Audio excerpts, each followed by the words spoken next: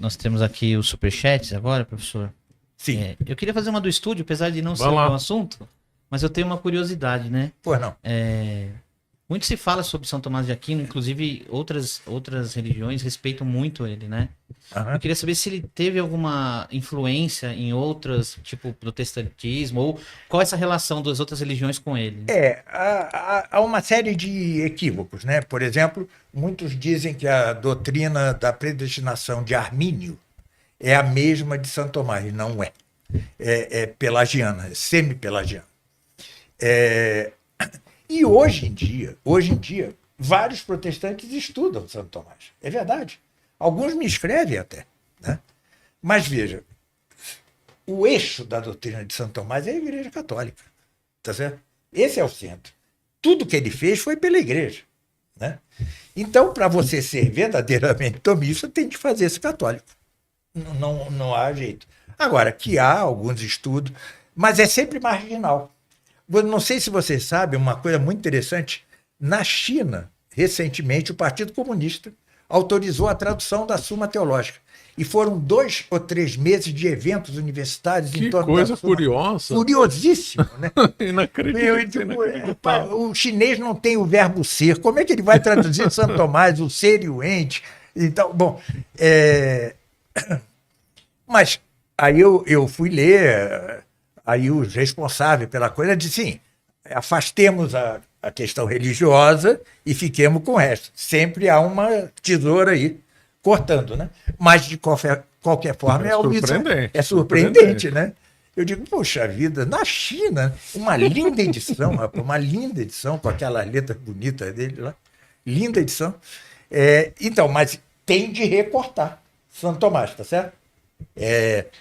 Se você é protestante, você tem de recortar que ele é católico, tá certo? E se você é um ateu, que ele acredita em Deus, é óbvio que tem de recordar. Mas Santo Tomás é tão grande que realmente permite isso, né? Ele atuou em tantas frentes, em tantas ciências, que isso permite o aproveitamento mesmo indevido, mas permite, né?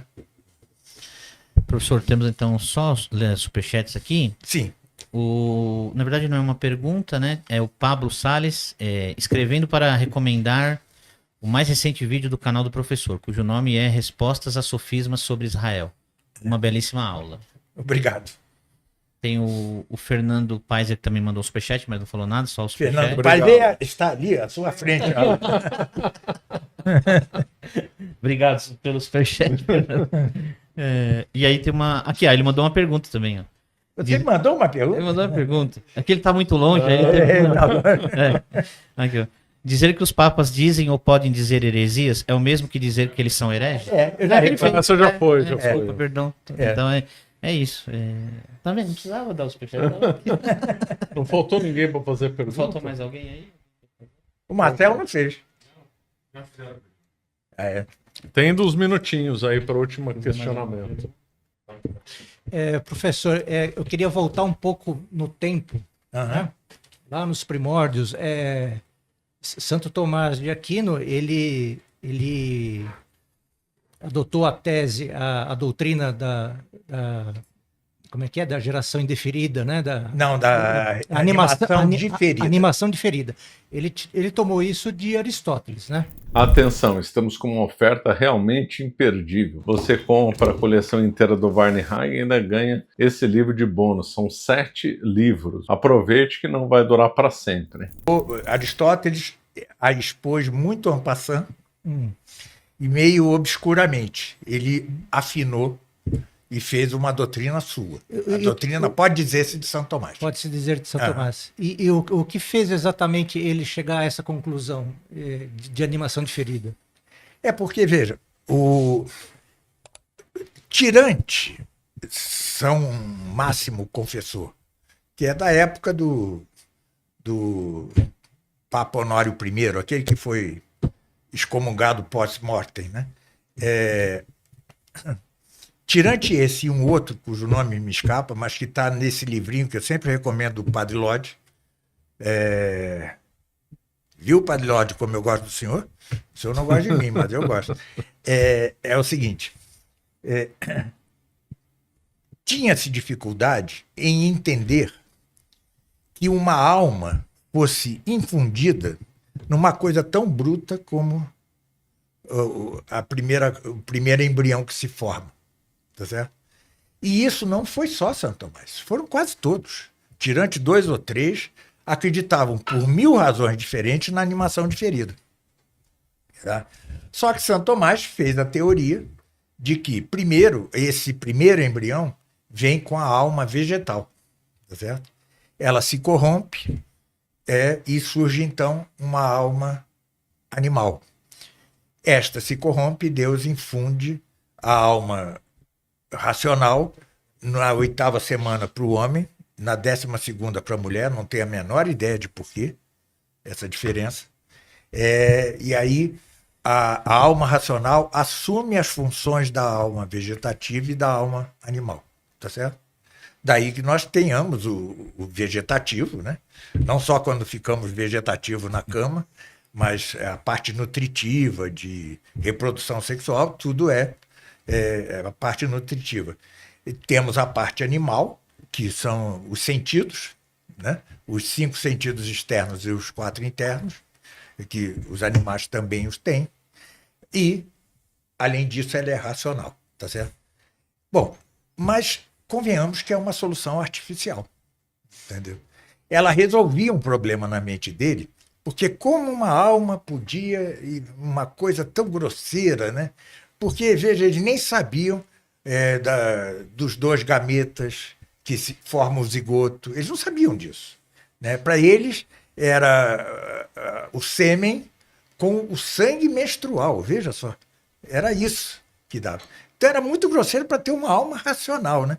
Hoje nós sabemos que o zigoto já tem genoma humano, tá certo? E já tem genoma humano porque tem alma humana, tá? É o que diz o Padre Lodge, muito bem. Já tem alma humana, né? Mas para eles era muito difícil. São Máximo Confessor dizia que a alma era infundida imediatamente, mas também não dava razões, tá certo? Foi preciso esperar os microscópios, os instrumentos laboratoriais para que se descobrisse a verdade da coisa, né? Os gametas, né? A junção dos gametas.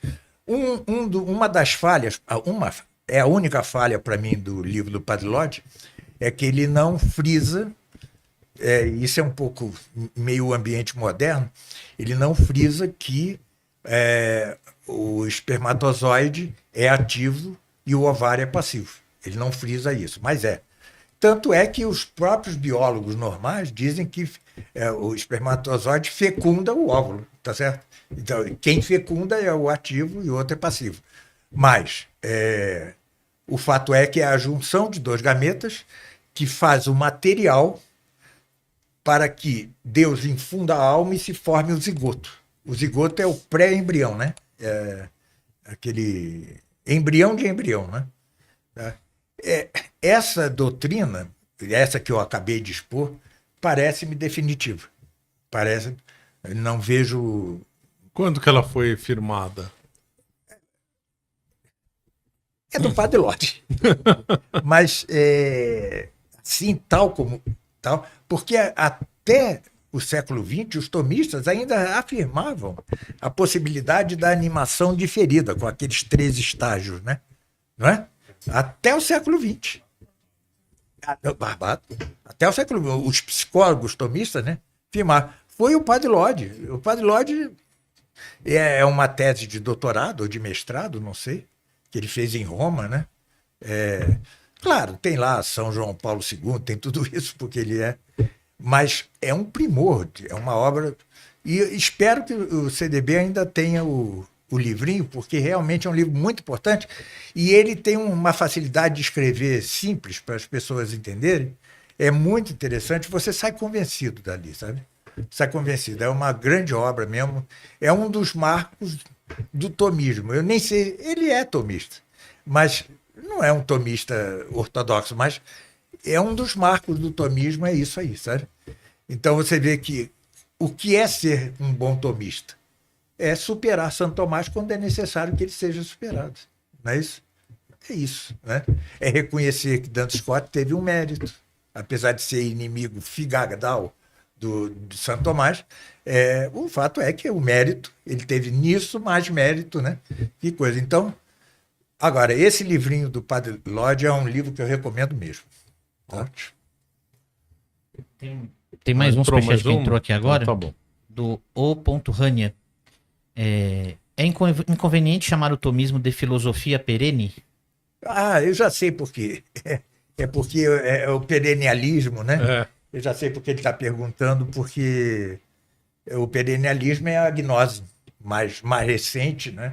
De René Guénon, lá vamos nós, de Olavo de Carvalho, de Steve Bannon, de Dugin, né? São todos, eles brigam lá na geopolítica, mas são todos perennialistas. O Fedeli com o Schlitter, né? Já publicou um livro, Já. A Máscara, Atrás da Máscara.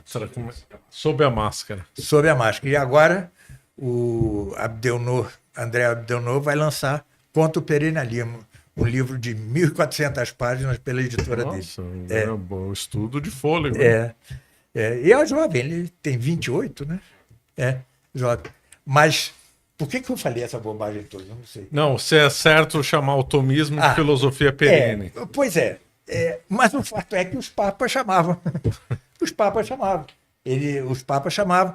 Mas a filosofia perene não é só o tomismo. É tudo que houve. Sócrates, Platão, Aristóteles e tal. Não há nenhum problema. É só você saber que... É naquele sentido. É naquele sentido e não no utilizado pelos gnósticos, né? Pelos perennialistas. Que hoje estão meio desarticulados. Eu falo mal do Olavo, ninguém me ataca. Estão meio desarticulados. Mas já houve outra época que era pesado, né? Vinha toda aquela turma em peso, né? Se sentia oprimido, pequenininho. Hoje em dia eles estão meio desarticulados, mas tá.